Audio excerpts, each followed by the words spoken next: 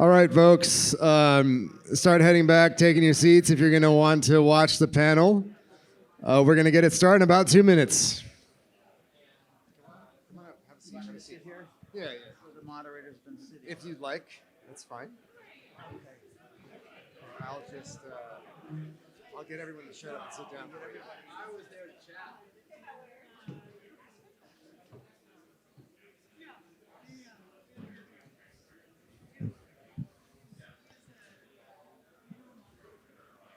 All right, everyone, start wrapping up your conversations. Grab a seat. We're going to have the closing plenary in just a minute. Okay, thank you. Hello again, Zoe.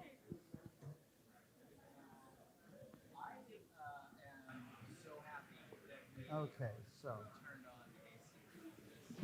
I was getting so hot. We got these lights up here, not that bright.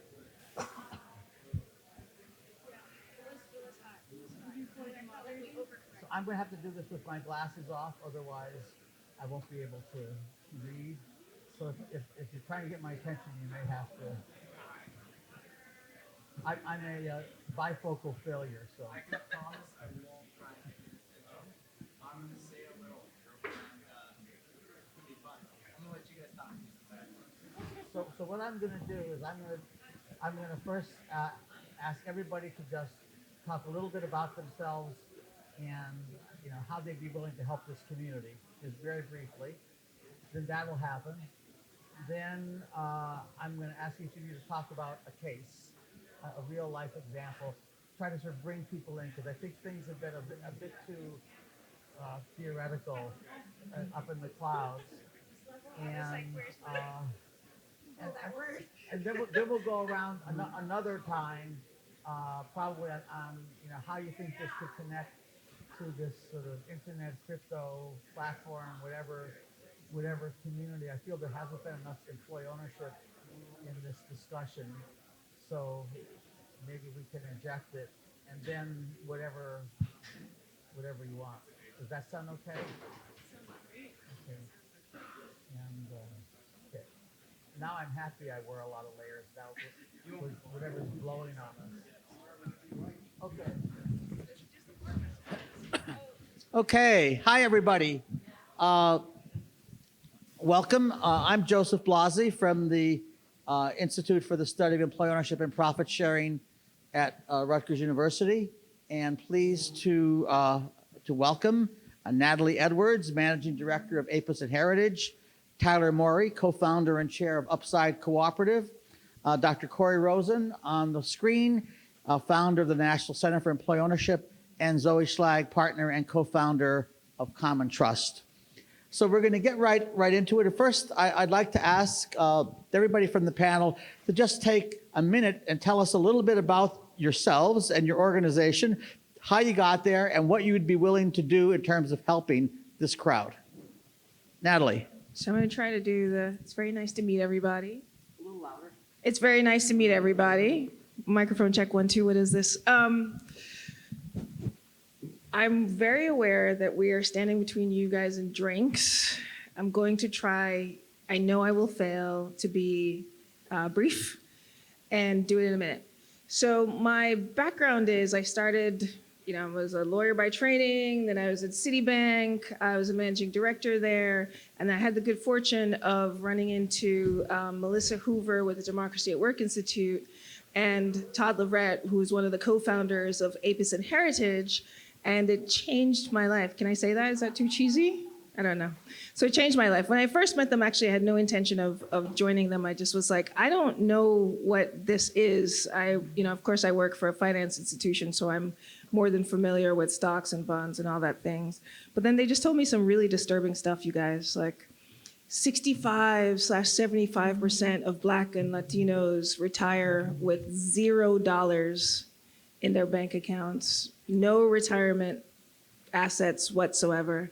And I knew that because, I have family members who are in that position, but I think there's something about seeing these things like on paper, and like things like 60+% of Americans don't have $400 if they need it in the case of an emergency. I just like that sat with me, and I was like, $400, 60 something, not 20%, not 50%, over 60%, and it just was deeply disturbing. So Apis and Heritage is a private equity, private capital, you pick your description, fund, and what we do is we take small businesses all over America, so we're a national footprint, and we transfer them to the employees, and the employees don't have to pay anything for that. It's one of the things that we sometimes forget to mention to them, and they're looking at us like, what are y'all doing? And we're like, no, you pay nothing for it. And we focus on essential services because essential services tends to over-index for workers of color because we're attempting to attack the racial wealth gap. The racial wealth gap, which is increasing, right? So the Great Recession, it was horrific. COVID, horrific. I don't know the numbers. I think Dr. Joseph will tell us, but it's like 1%, like 50% of Americans, the bottom 50% own just 1% of net worth. I mean, this stuff is crisis level stuff. So even beyond a conversation about does employee ownership make sense in a situation where the economy is functioning the way that it should, I really hope that we walk away from today understanding that the economy is not functioning like it should, that there is a problem here, and we personally think that employee ownership can be the solution. And so that's what Apis and Heritage does. Fantastic. And now, Zoe, how you got here, your organization, and what you'd be willing to do to help your colleagues here. Sure. Can everyone hear me? So I'm Zoe Schlag. I'm a co-founder at Common Trust. We are an employee ownership buyout platform that supports small business owners to access liquidity by exiting to their employees, similar to Apis and Heritage, although we use a vehicle called Employee Ownership Trusts. How did I get here? I like to joke that it came through an existential dilemma, but that's actually the truth of it.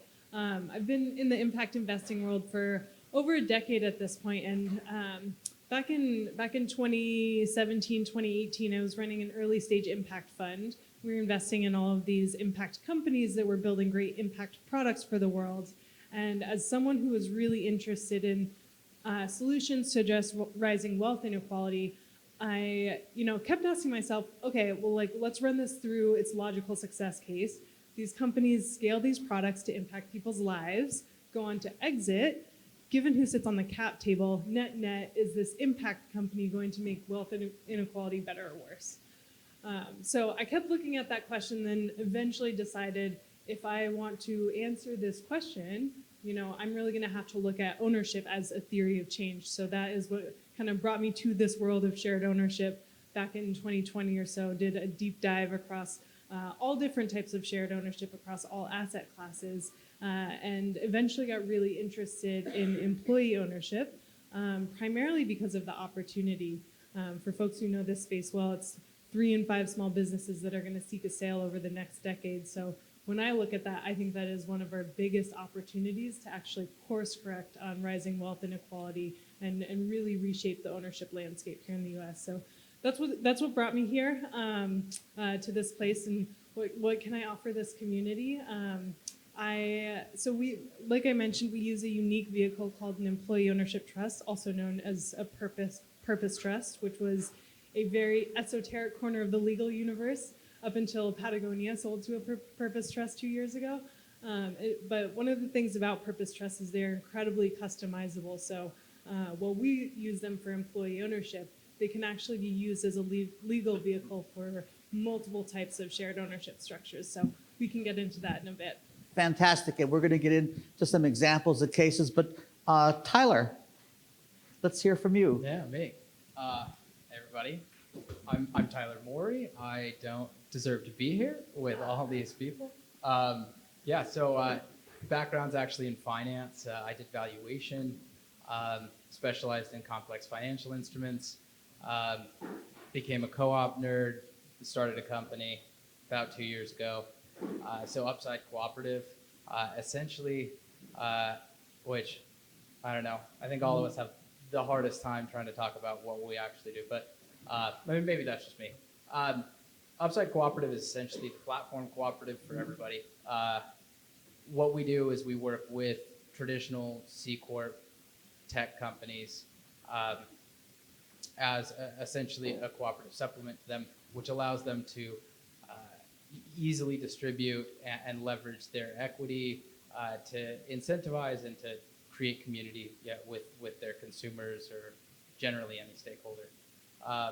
What can I do for the community? I am super great at unsolicited advice. So if you want, especially after cocktails, so we can do that later. And Corey is joining us from California. Corey? Thank you. Great to be on this panel. Everyone, my name is Corey Rosen. I'm the founder of the National Center for Employee Ownership. We're an organization of 20 staff people and about 2,700 members. And we are the principal source of information about employee ownership in the U.S. and to some extent outside the U.S. Our role is we do a lot of the research that you'll see on employee ownership. We do a lot of outreach. We work with reporters and other people who are interested in this. We provide our members with all kinds of resources, documents, webinars, research, all sorts of things. So if you're interested in learning about employee ownership, you can go to our website at nceo.org and learn more about what we do and about the field. And of course, we'd love to have you become a member and support what we do and get all the benefits of membership. I came to this field in the late 1970s when I met Beyster. We were both working on Capitol Hill at the time. We've been good friends ever since. And we both ended up working on legislation around employee ownership, which I'm pleased to say actually passed. That's just part of the whole large corpus of bills on this. And around 1980, I thought, this is a great idea, but nobody knows much about it, and we don't know whether it actually works, and we don't know what makes it work if it does work. So I'm going to start an organization and do all that. So I'm having the biggest school how to do that. I went down to my basement, and here we are.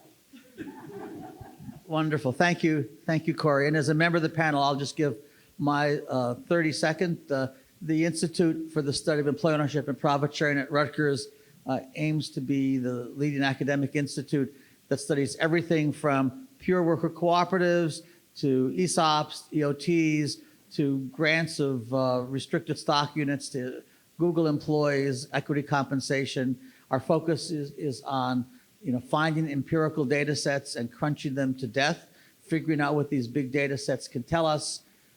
We have a very large competitive research fellowship program for young doctoral students and emerging postdocs and assistant professors. And we have an executive fellowship program for practitioners in the field who are leaders.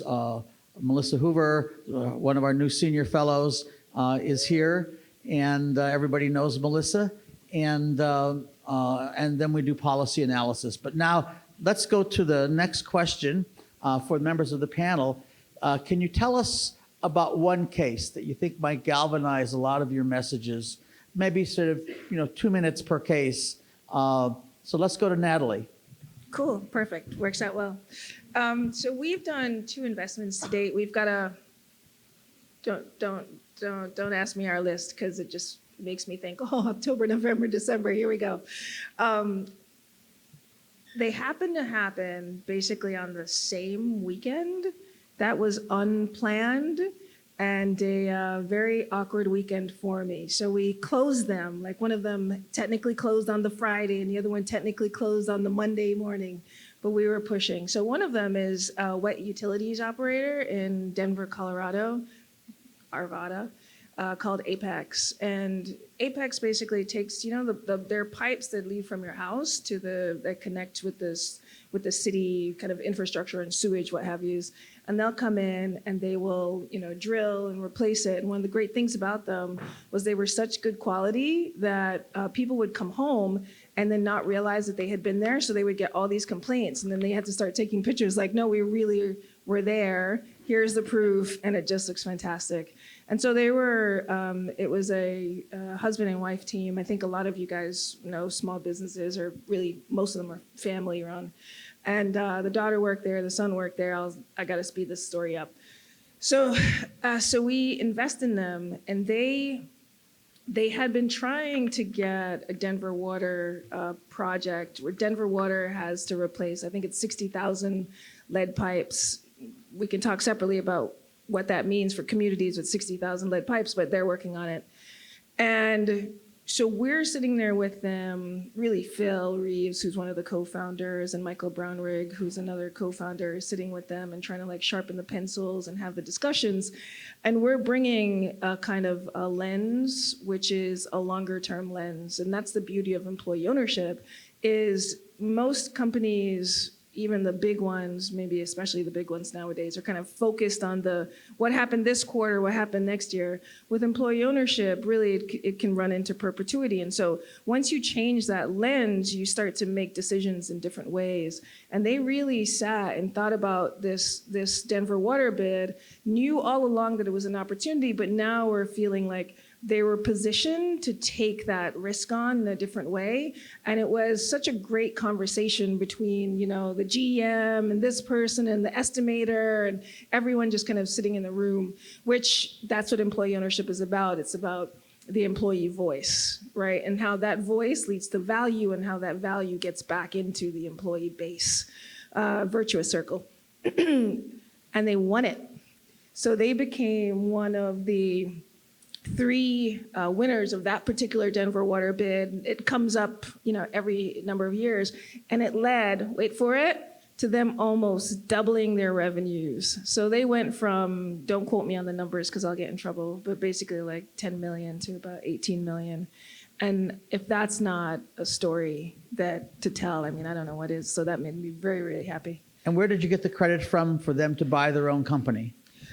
We do it. So that's what, so we at Apis and Heritage, we have our own, we managed to raise just over $58 million from some of the, the finest investors ever invented.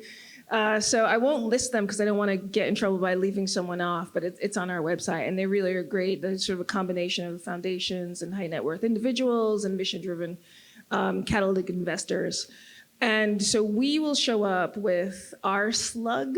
We try to design a balance sheet that is sustainable and it makes sense. So there are times when we will have a senior lending partner come on board and they'll take their slug of what you would think of maybe as like acquisition financing. And then there are times when that doesn't make sense. So maybe in a couple of our deals, you'll see where maybe we'll only get just the working capital line, or, so we'll have a line of, we'll work in that way. But essentially we do it, we go out, we have the conversations with the banks, many, many banks. And it was so we launched the fund during COVID in 21. Then there was a banking crisis that nobody wanted to call a banking crisis for a while. So we're very good at having difficult conversations when people are scared and keeping everybody focused on, what we need to do next. So that's one story. I will stop there because I could keep talking. I've got more examples. So let's hear Zoe's story. And by the way, Zoe is also an executive fellow at the Rutgers Institute. And so let's hear what you have to say. Sure. So I think I'll talk about Clegg Auto, which is a deal that we financed last year. It is 4 auto shops in Utah that were previously owned by 2 brothers, started in 1998. They came to us when one of the brothers was actually looking to get out. He wanted to go start some other businesses. The other brother, who's the CEO, he wanted to stay in. So he did not want to sell to private equity or some kind of strategic acquirer. He really wanted to keep running this business for the long term, and he wanted to run it as employee owned. So they came to us to help them design an exit via EOT. We helped them design the EOT itself, and then we also helped them design and finance the capital structure to actually buy out the shares. So it was 4 businesses into a single employee ownership trust, which if I did it again, I would probably not start with a roll-up. It was incredibly complicated. But it was about 50 employees across these 4 businesses.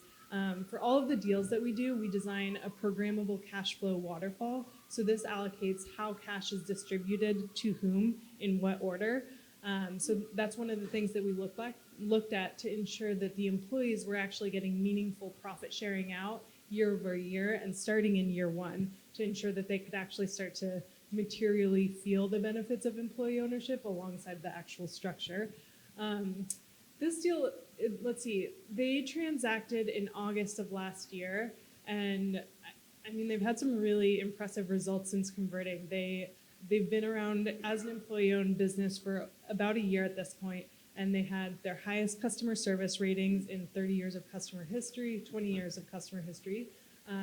They doubled their profits in a single year, and they've had their highest profit sharing with employees in company history. So I think I'm probably quite biased in where I'll draw attribution there, but I think it's a pretty exciting outcome for just a year in. So Zoe, just one question. What was the profit sharing payout? And many people participating here may not realize that there's a profit sharing dividend, but the underlying employee shares, there are no individual employee ownership accounts. Could you just briefly talk about those two things? Yeah, so the shares of the businesses are actually held in trust by the employee ownership trust, and then the employees have a right to profit sharing depending upon different performance levels of the business. The deal was financed partially with debt and then partially with seller financing, so of course the debt is serviced. Because this was for businesses, we worked pretty in depth with the selling owners to design a profit sharing incentive scheme that would incentivize folks both at the level of the individual store where they were working at, but also at the whole. So it was a little more complex than when you're dealing with a single business, but it allowed for folks to participate both at the subsidiary level and at the holdco level. Great. Tyler, do you have a case to share with us?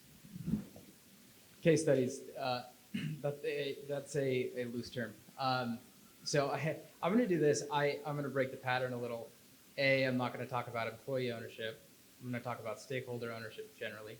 B, this is actually a story I like to tell the tech companies that we talk to when we are trying to show them the merits of employing stakeholder ownership throughout their organization.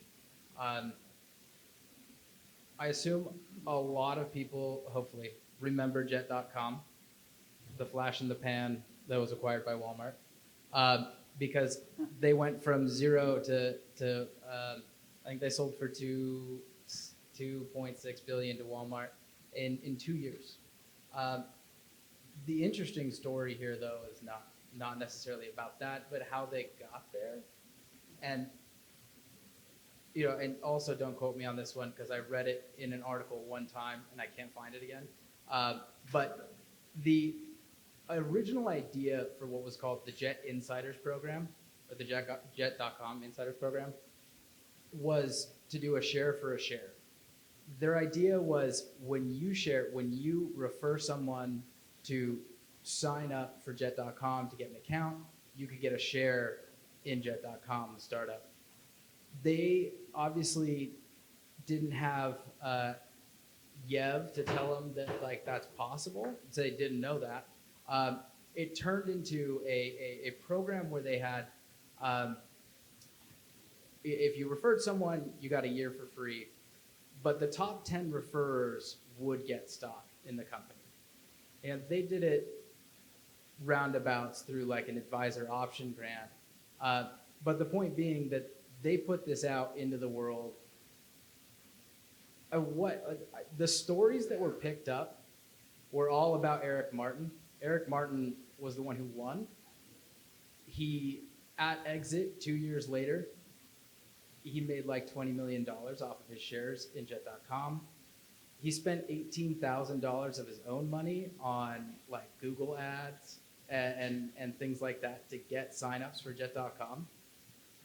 The wild thing that people don't really talk about, though, is Jet.com went from absolutely nothing to 350,000 accounts on the platform before they even launched the actual e-commerce site. They did that because A, it went viral, because they had people like Eric Martin going to bat and actually cared about this small little company that was trying to take on Amazon. I share that only because everybody in this room generally, at least I hope, if you're here, understands how important ownership is, but there are a lot of people who are not inside this room. There are a lot of companies who have no idea how transformative it can be, not just for the stakeholders, but for their business in general, right? Stakeholder ownership is something that de-risks a venture. It creates loyalty, it creates engagement, and 1,000 other things, and turns out mirrors pretty much all the studies on employee ownership too. They need stories like that. They need to hear stories that show them that it's okay to take the plunge. It's okay to just try it out and start sharing a little bit. You know, I say it again just because I think that's how we actually get started, and how the conversations that we have in this room today start making an impact more broadly. Yeah, that's it. So one question, are you aware of any example where there's a lot of customer as stakeholder ownership in a company that people might recognize? Not that's not a co-op. I mean, everyone always talks about REI, great consumer co-op. Yeah, I'm from Washington State, so I'm proud to know that they're the largest consumer co-op in the nation, coming out of Washington. But there's not enough. I think that's the problem. The problem is that people don't recognize the value that a consumer actually has, or that they provide, right? And I am a valuation nerd, so I always think of things in terms of value transfer, risk transfer, and people don't often recognize that everyone has a different price, everyone has a different value for a product, for a service, and that when you choose to be a consumer of a company, when you choose to patronize that company, you're taking on risk, especially at early stages, right? There's opportunity risk. There's I mean, things can go wrong. The product might malfunction. Who knows if they have a great return policy? Like there's so many things that we do as a consumer that just not just that $10 we spent is value going to the company. I think a great way to show that is the fact that we value companies who are publicly traded in multiples on their revenue, which means that every time someone makes a purchase, that purchase is actually worth more because there's an expectation that they're gonna do it again. That is why loyalty is so important. It is so valuable. That's why we need to talk about it. So Corey, do you have a case that will galvanize some of the ideas around this discussion?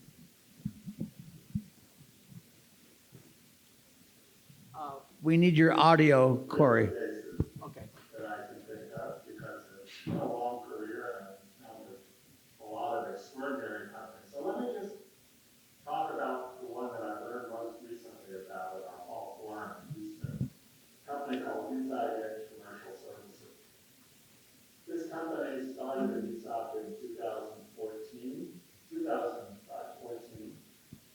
Company provides flooring services, mostly for retail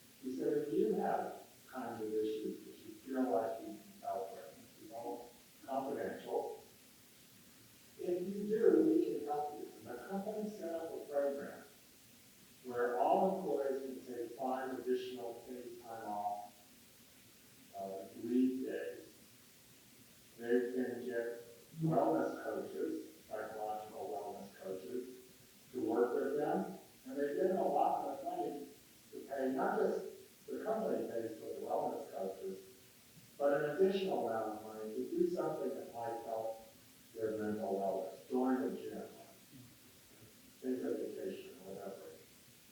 And that's in addition to all the other paid time off. It struck those of us who were there as really remarkable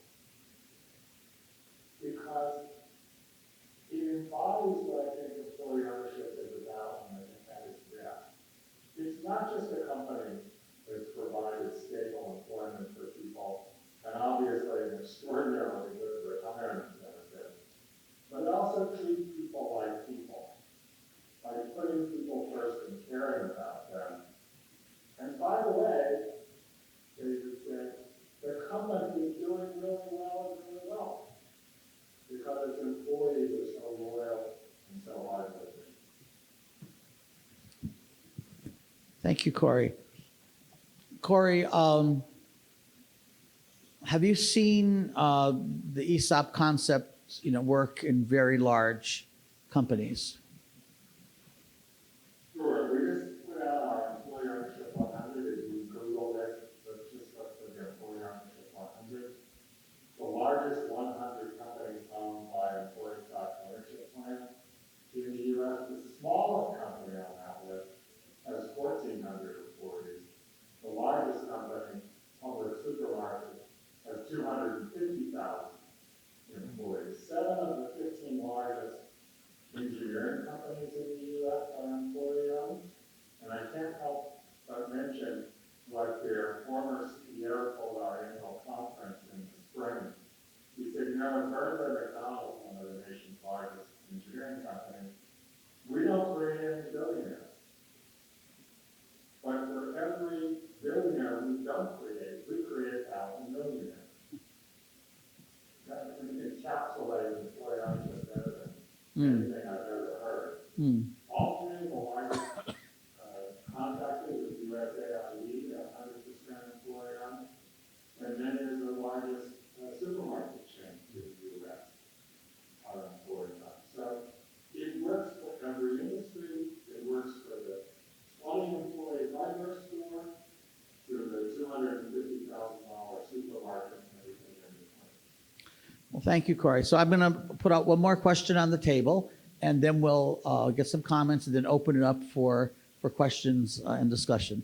So the last question I wanted to put on the table for the panel is obviously this wonderful event, and thank you very much to the organizers of this event for conceiving this and for all of their effort and labor of love. Is trying to bring together the tech community, the crypto community, the internet platform community, with a broadened ownership community. So what message do each of you have for the role of the kind of ownership that you're working on for these communities? If you could be a bit specific and also a bit dreamy and edgy, that would be very much appreciated. Natalie? I was like, specific, I can do dreamy and edgy. After drinks? Just hold it a little closer. Yeah. Natalie, just a little closer. Just a little, here we go. Actually, I think a lot of times because we're trying to find companies when they're out in auction, they may not necessarily have employee ownership in their minds at all, that we tend to have a lot of conversations about employee ownership on exit. I don't think it needs to be that way. I actually think it's more about how do we think companies should be. And to Corey's point about this is not limited by size, it's not limited by industry.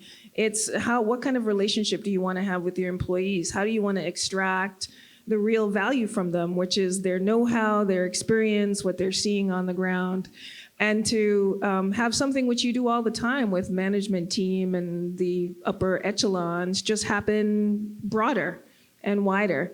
And I think that there's no reason that companies, crypto companies, I may not be able to maybe explain exactly what platform you're building or exactly the product, but certainly in terms of operations, you just have one human being working with another human being, necessary collaboration, necessary sort of exchange of ideas.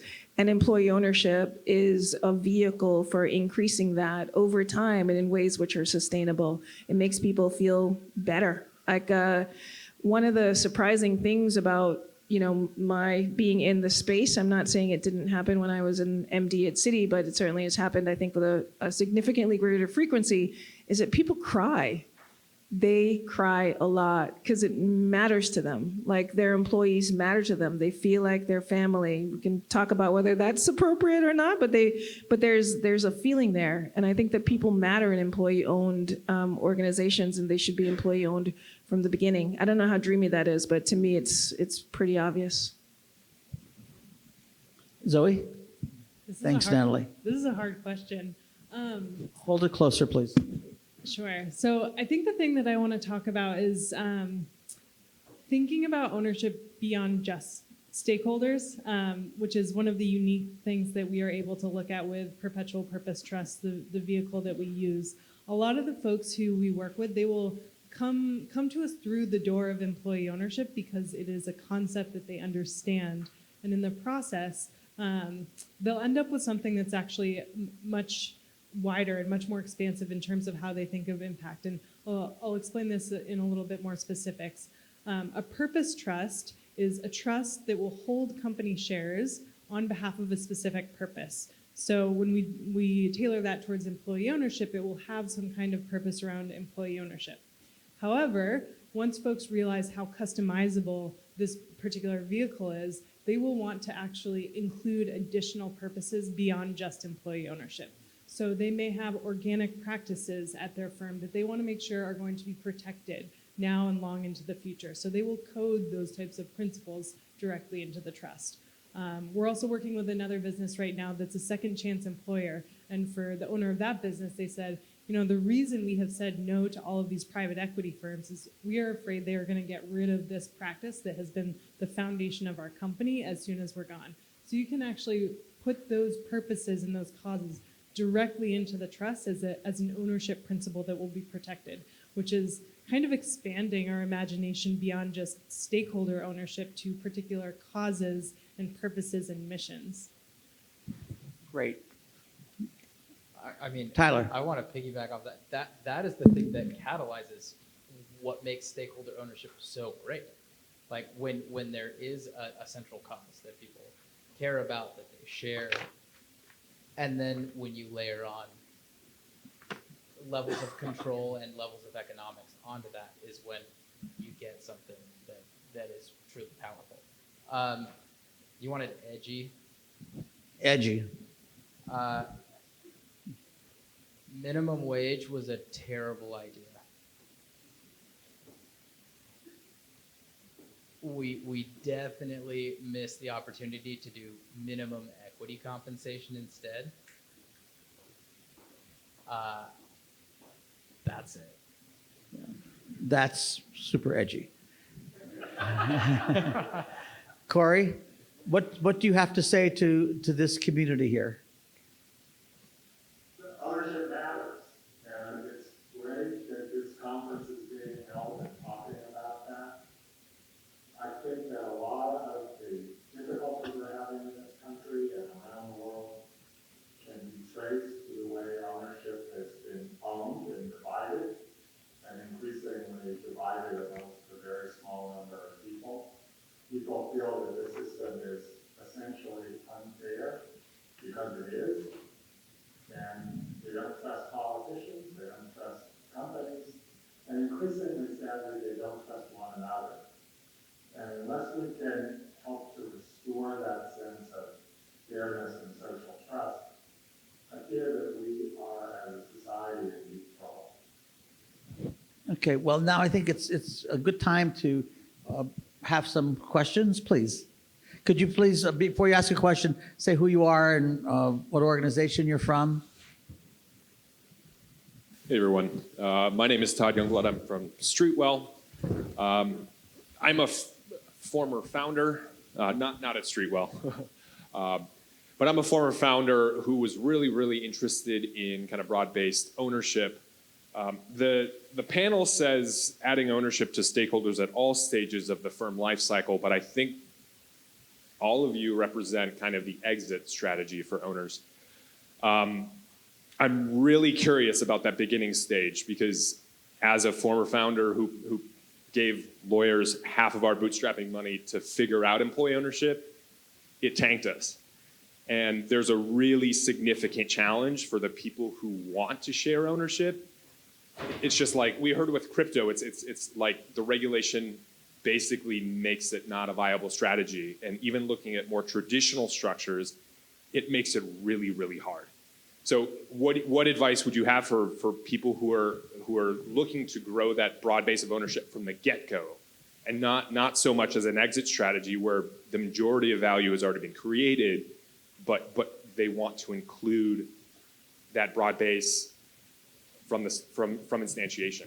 And then maybe just a follow-on, just like a challenge, like I would challenge any one of you to focus on those founders, because it's if we're only focused on exit, we're missing at least half of the value creation.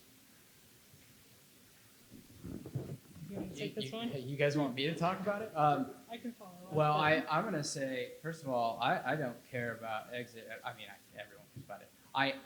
For me, I don't ever talk to anybody and talk about transition or adding ownership at any later stage. Broad-based ownership, yes, should be accessible at every stage. Generally, if there is a stakeholder that exists and creates value, you should compensate them with the value they're creating to an extent.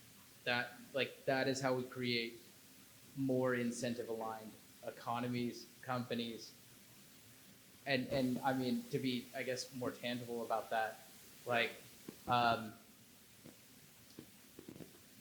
sometimes it just takes thought. And I mean, going back to the original part of the question, why is it so hard to do? I mean, suppression, maybe? I don't know. But that's what, I mean, and I think that's what we're all here trying to fix, is to make it easier, make it cheaper, make it more viable, right? But yeah, to close it out though, and to be tangible about it, when I say if there is a stakeholder that is creating value, I mean, did you sell a product to somebody for the first time?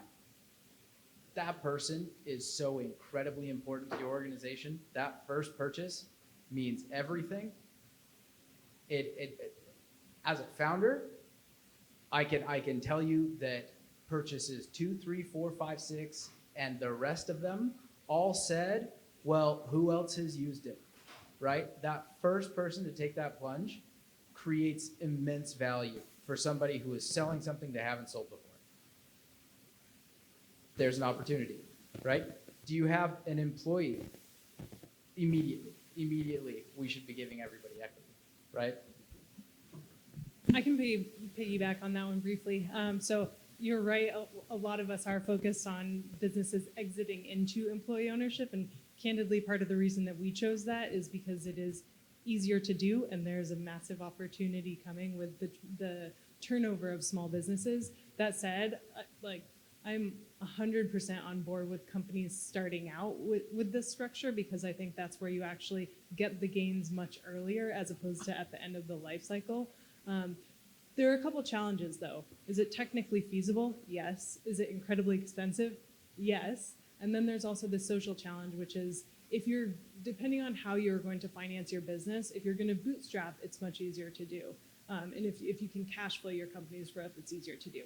If you're going to raise venture capital, you're going to have to answer some hard questions from your investors about why you think this structure is going to be a greater value driver for the business over time, which I think is feasible to do, but it is it's hard. So I am equally interested in someone really tackling this problem at the early stages, because I think the more businesses we see that start out with these structures, the more they are going to get the gains and the benefits of employee ownership much earlier on, as opposed to where I'm operating, which is 30 years down the road.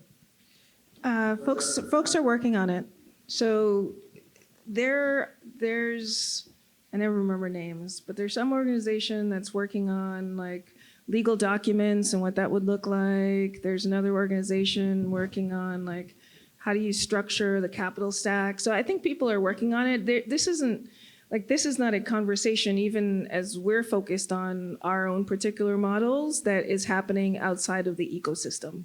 Like for APIS and Heritage, all of the conversations in the ecosystem are necessary. Beyond whether it's ESOP, beyond whether it's EOT, beyond whether it's co-op, we're having a conversation about how do we get employees to own their businesses. And so we're working through everything. And just to make it a little bit more concrete, because I think people don't understand what you mean when you say it's expensive. It's actually incredibly expensive, right? So it can go anywhere from like $80,000 to $500,000. It kind of depends on the numbers and what you're dealing with.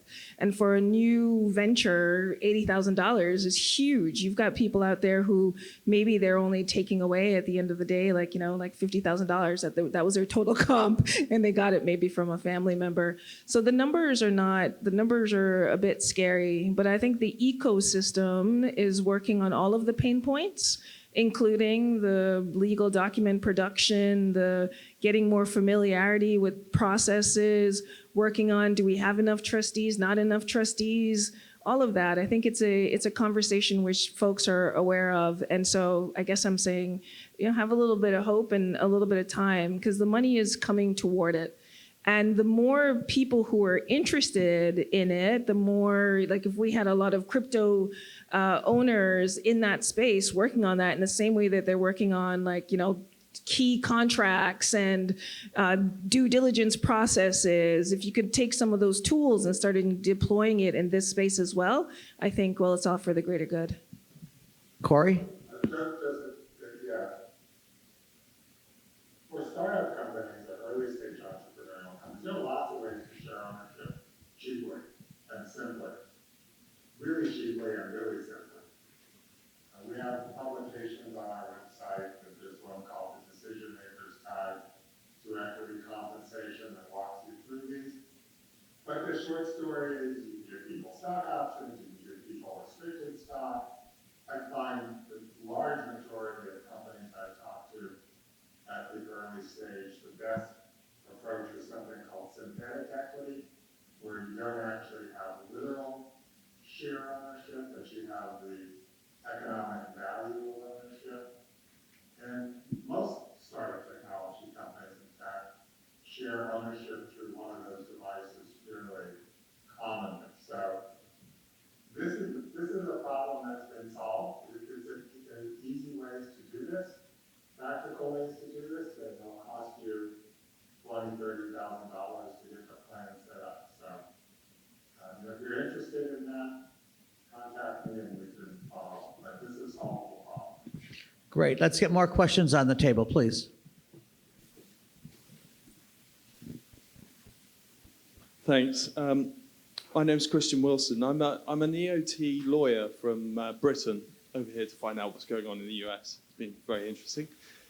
I haven't asked any other questions, so we've got two quick ones. The first one is EOTs in the UK they address the seller's value, so they get paid out full value, and they deal with profit sharing for the employees, but they don't deal with an equity event.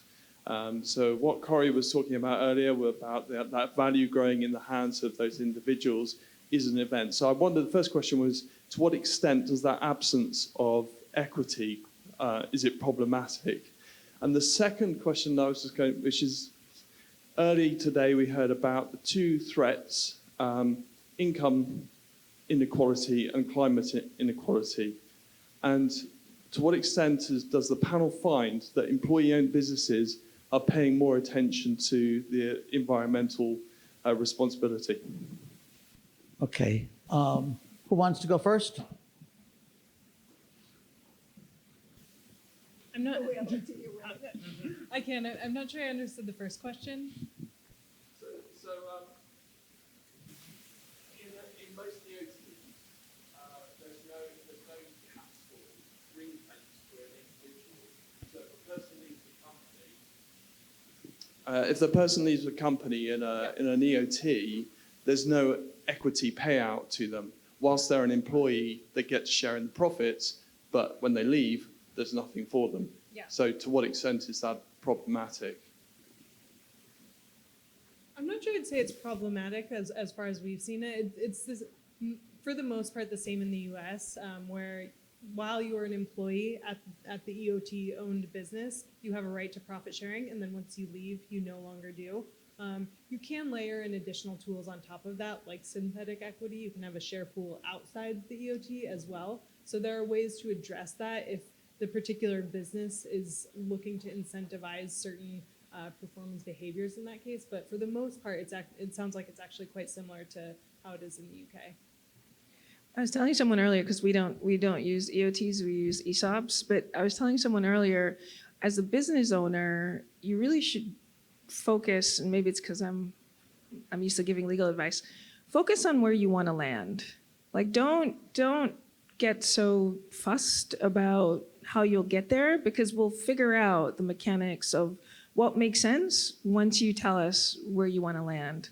And so it could be, like Zoe is saying, sort of a combination of, well, this tool and this tool combined will get you to that space. And I'm hoping that we keep having these kind of iterative discussions where we're developing more and more tools so that we can get more tailored design for business owners who want to engage in this practice.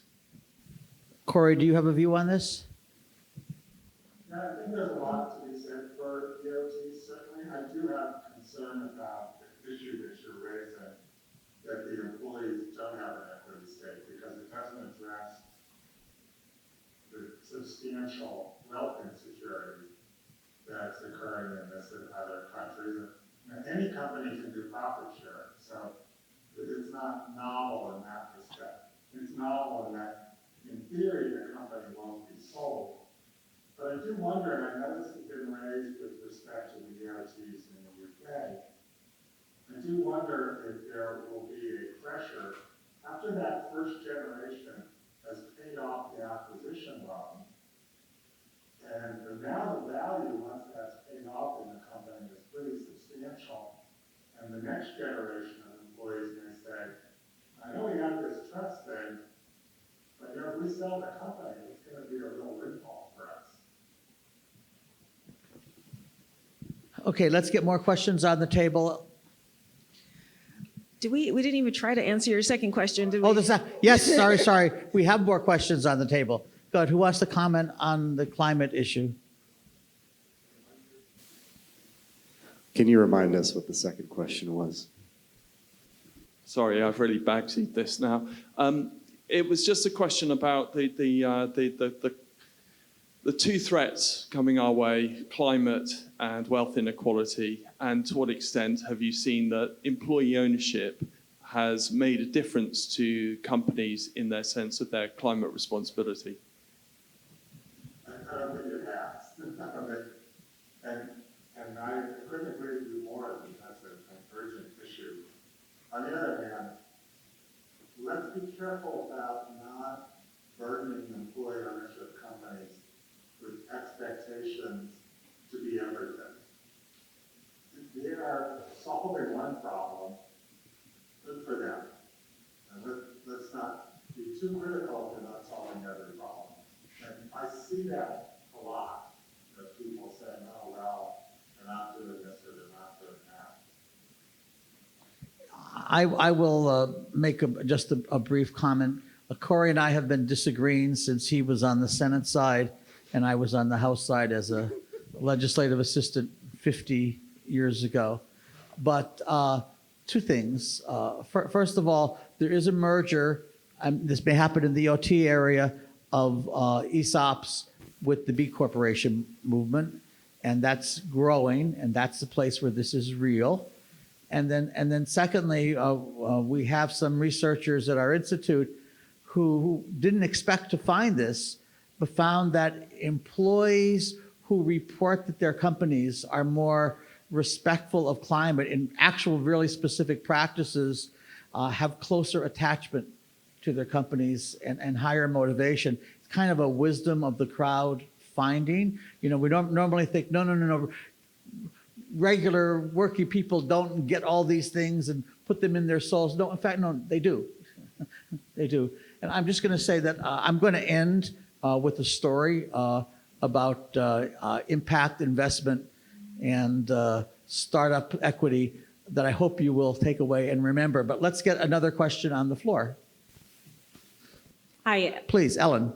I'm Ellen Frank Miller. I'm founder and CEO of WORK, the Workforce and Organizational Research Center. And my question is for Zoe. Apis and Heritage has a great model that includes really excellent support for leadership and workers through the Democracy at Work Institute after the ESOP is created. So it's not just here, you're owners, best of luck. And I'm curious how you all handle that transition as well, or if you're able to sort of set up the trust and they're able to run with it on their own. It's a really good question. I was actually just talking with someone earlier how I feel like there's a lot of focus in the employee ownership world around the design of the legal vehicle and the financing, and then there's this whole big part that's implementation. Like you can get these first two right, but if the implementation is actually not done well, you're missing the ballgame. So it's something that we think about quite a lot. It's much newer in rolling out and implementing an EOT in the United States than it is in ESOP. So I would say a lot of the folks that we're working with are like really early pioneers in how do you really get the benefits of the specific EOT structure, and how do you really build engagement around governance and participation and engagement and voice. And so I think a lot of what's going on right now is experiments and early pioneers, and it's something that we are really plugged into with a lot of the business owners. I mean, Kevin, who I mentioned from Clegg Auto, I swear he calls me up every week or so to talk about some new aspect of what they've realized about what implementing this EOT structure for their business actually means. So I guess my short answer is we're being as hands-on as we can, and it's early days for the EOT, so I think there's going to be a lot of similarities with other forms of employee ownership, and also nuances and differences. One of the things that's important to Apis and Heritage is actually that we share. So we really try to share as much as we can about our model, what we do, how we do it.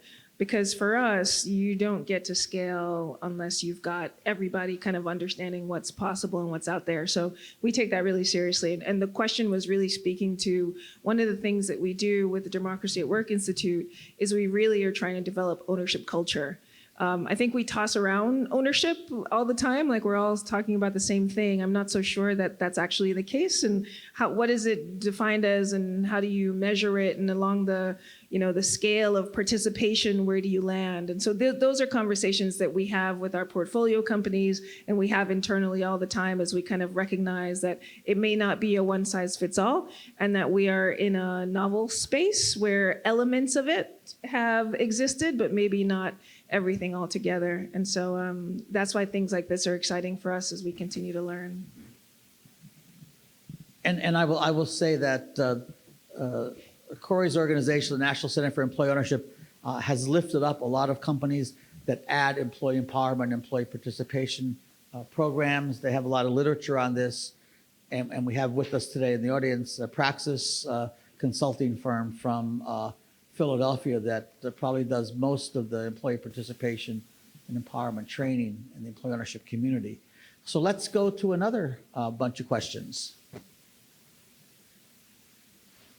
And we like edgy, by the way. So in terms of actually funding an ESOP conversion or an EOT conversion, I've seen that a lot of, especially bigger companies, are heavily reliant on seller financing. So what do you think is sort of the maximum size of company that could transition without seller financing? And how do we grow that number? Well, I think everybody will have something to say about that. Natalie? I don't actually think the seller financing piece is so much tied to the size of the company. If I'm understanding the question right, you're thinking more like how many turns of external financing can we get and where would be the gap? I think depending on the company and like what it does and what's happening in terms of the financial markets, you can see a space where you don't actually need the seller financing. In fact, we use the seller financing more around kind of like this element of keeping them a bit in than we don't think we could have otherwise gotten the funding from other sources. I don't know if that answers the question. Yeah, I don't think I can give a specific number, but it's going to depend a lot upon the business profile, how many turns of EBITDA you're going to, how much you're going to leverage it. Obviously, in a higher interest rate environment, it's more expensive to do that right now. And then depending upon the legal structure, what kind of market of equity providers there is. And so in the EOT space, there are fewer equity providers than there is in ESOPs just because it's less developed. So it's really going to depend upon the business profile. You know, the challenge for a lot of sellers isn't really what you decide. It's how much will a bank loan to me for my company? And that's going to be based on what sort of collateral we have. We've been a very large company that's very heavily collateralized, and a small company that's heavily collateralized. The seller, no bank is going to loan 100% of the transaction virtually. So from the seller standpoint, you can get 30, 40% from a bank. If you have the seller finance the rest, the seller has to make a decision. And maybe that's great. I'm perfectly happy getting an interest rate above the bank rate for the next 7 years, and that's a good financial plan for me. I'm not in a big hurry. But other sellers do want their money up front, or more of it up front. And then I'm not going to go into all the details here, because there's a very specific tax benefit for ESOPs. But if you sell to an ESOP, you can defer taxation on the gain if you, for whatever you reinvest in the first 12 months after the sale.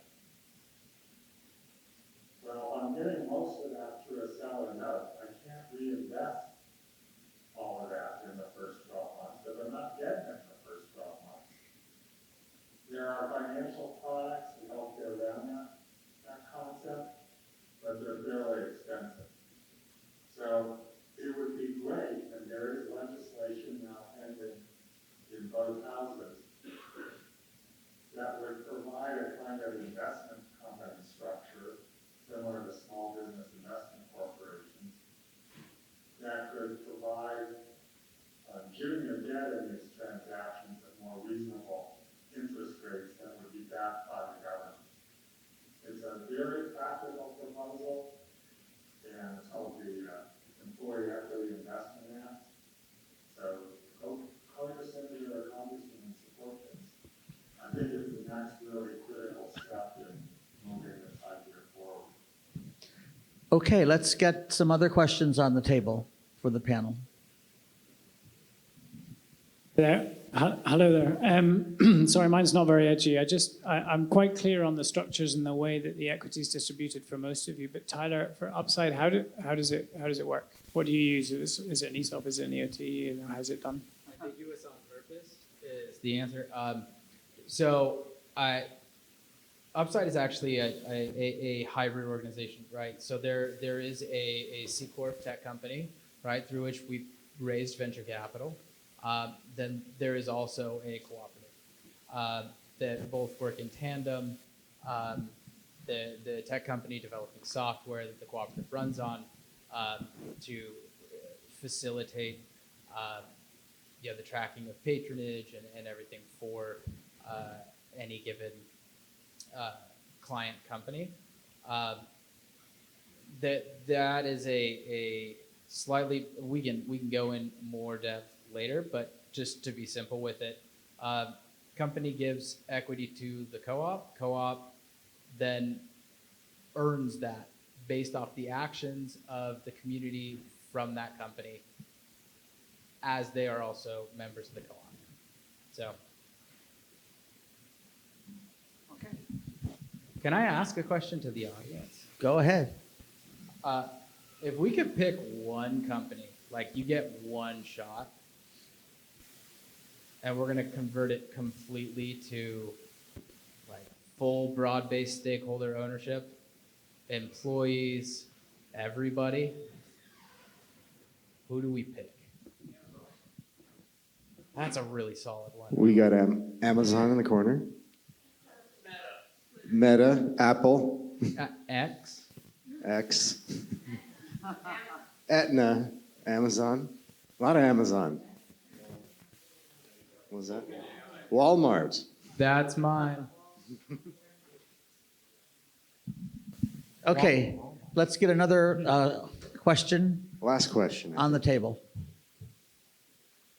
If there is one. It is the end of the day. Looks Okay, like well everyone's ready then, I'm going to end with a story before I have a comment. I have always been a Trekkie, and in my books, I go into archives all over the United States to try to bring back to life, to the holodeck, if you remember what that is, historical figures in American history. So I was up in Rochester going through the old dusty papers of George Eastman, the founder of Kodak. And I'm going through this sort of, that onion paper, that thin onion paper that you could see through. We remember it when we were kids, those of us who were old enough. And I find this letter.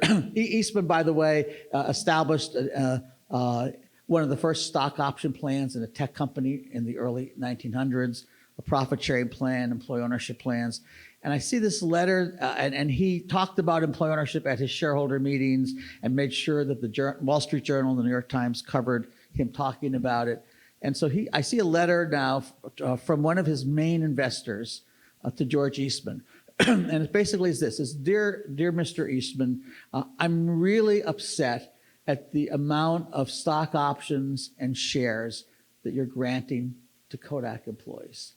And I think this is diluting the value that I, as a shareholder, should have.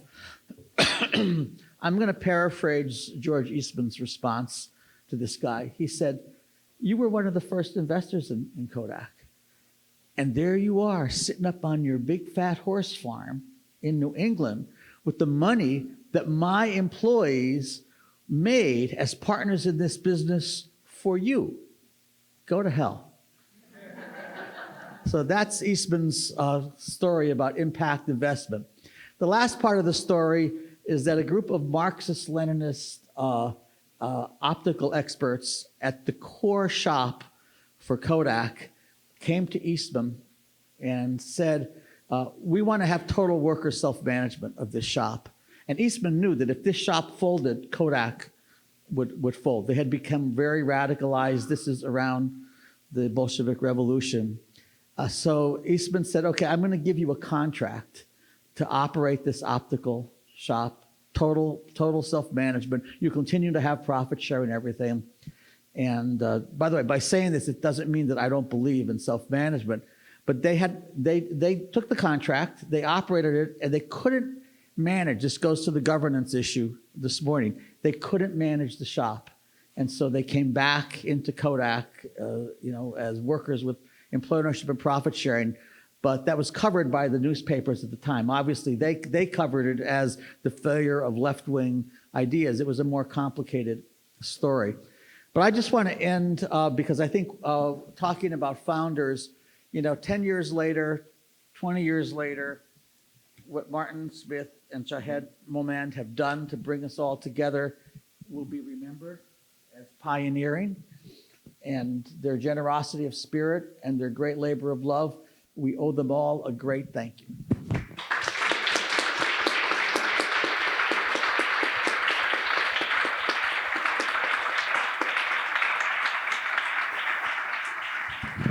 Thank you so much. And Guy, you're going to make me cry. I was going to wrap this thing up. All right. Y'all can. We're going to do a little exercise as they set up. So first, I want to say, just to echo Joseph, thank you so much for all of you, attending today, making this an event a success. And one thing I think that's really going to make it a success is what you grow out of this movement, right? So that's the reason why we brought together so many diverse folks from various parts of the economy who are all working in different ways towards the goal of shared ownership. So we'd love to just keep in touch as we grow the platform. Tell us what you're working on. Find new ways to collaborate and cooperate and keep us in the loop, right? We're all very interested to see what you build out of this. And now we're going to do a little thing just to kind of keep those threads going for the next year. So I'm going to, while we set up in the next room, I'm gonna pick on a few people. I'm gonna start with Ellen, actually. Just two things. One thing you learned and one thing you'd like to see us do next year.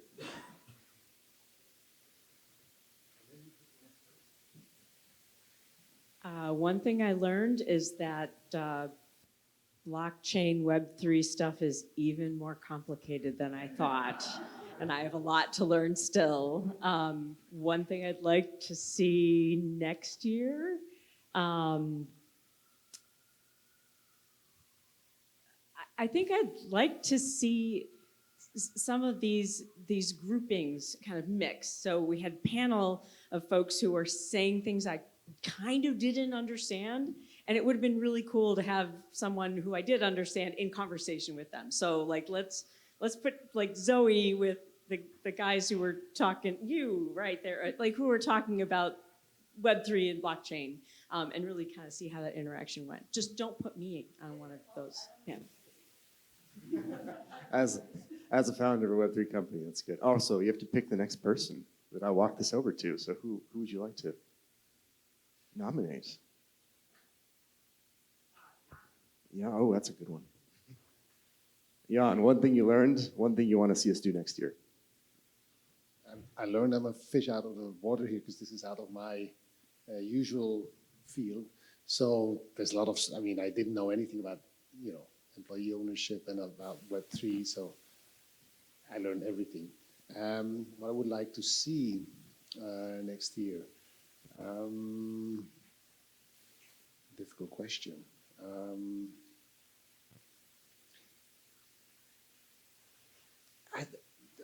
Maybe more on platforms in a way, kind of thinking about ways in designing, designing platforms. We saw some of that, but I thought that was fascinating to me and also kind of to learn more about that.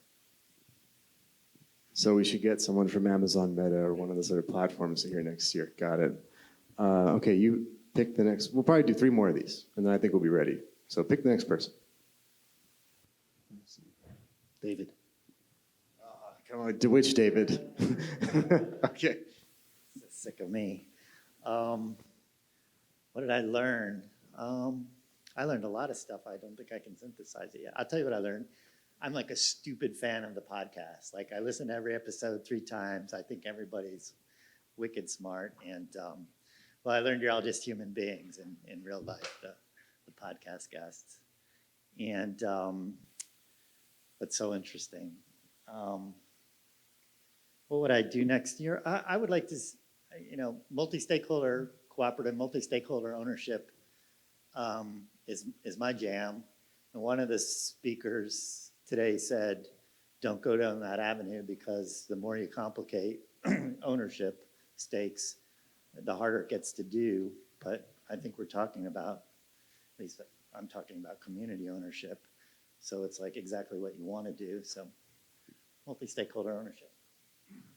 All right, and who are you picking on next? This guy's so funny. Tyler. All right, we're gonna do Tyler next. Tyler, what did you learn? I don't know. You can use this one though. All right. I learned that somebody actually listened to my episode of the podcast. Besides my wife and my mom. You were on it, dude. You get it. I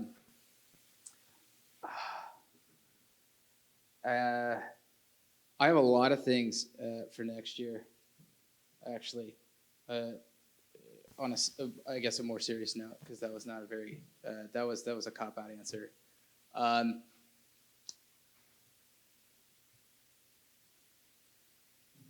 I think it's actually important that we talk more about 2 subjects specifically: AI-related ownership and the transition to clean energy.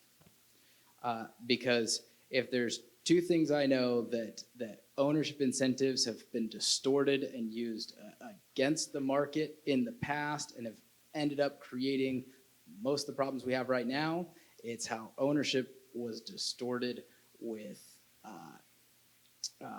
oil and monopolies and Rockefeller, and like we need to fix that, and intelligence and education being the other one, right? That those being the two most pressing issues probably of our time. So I want to talk about that also just because it's interesting. But All right, so we're going to get the Rockefeller Foundation here for you next year. All right. Oh, pick the last person. you. Man, talk about cop-out answers. I have no funny. Oh, yeah, one after another. What did I learn today? Well, I learned there's way more energy for this thing than I thought there'd be. Honestly, Martin, what did you think when you were thinking about doing this in May or whatever? I'll be honest, he convinced me to do this.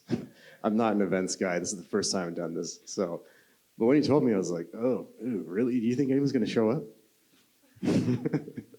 So I learned that actually, we really learned what you care about, right? People showed up. That's great. And what do I want to see next year? I don't know. I actually kind of liked your idea about which business should we, convert, right? Maybe we'll get one of these folks in here. Like, imagine if you could get Patagonia in the middle of that conversion to come and talk about it. I don't know if they would, but that'd be interesting. So it'd be good to see some of that. Actually get some of those never going to say this word right, those oligopolies, right, in the room who are doing this stuff and see what they think, right? Because that's a little weird in that we talk about them in so polarizing ways, but it'd be interesting to see what they think, right? So I think that about wraps it. Thank you so much. Let's have some drinks. Oh, thank you.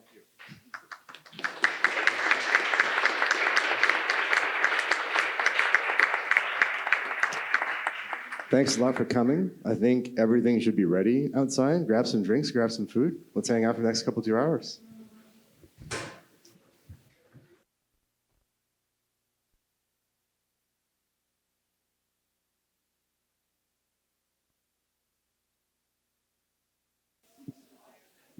Hey guys, really quick, we'd love to get every speaker who is here today who's still in the room to come up to the stage.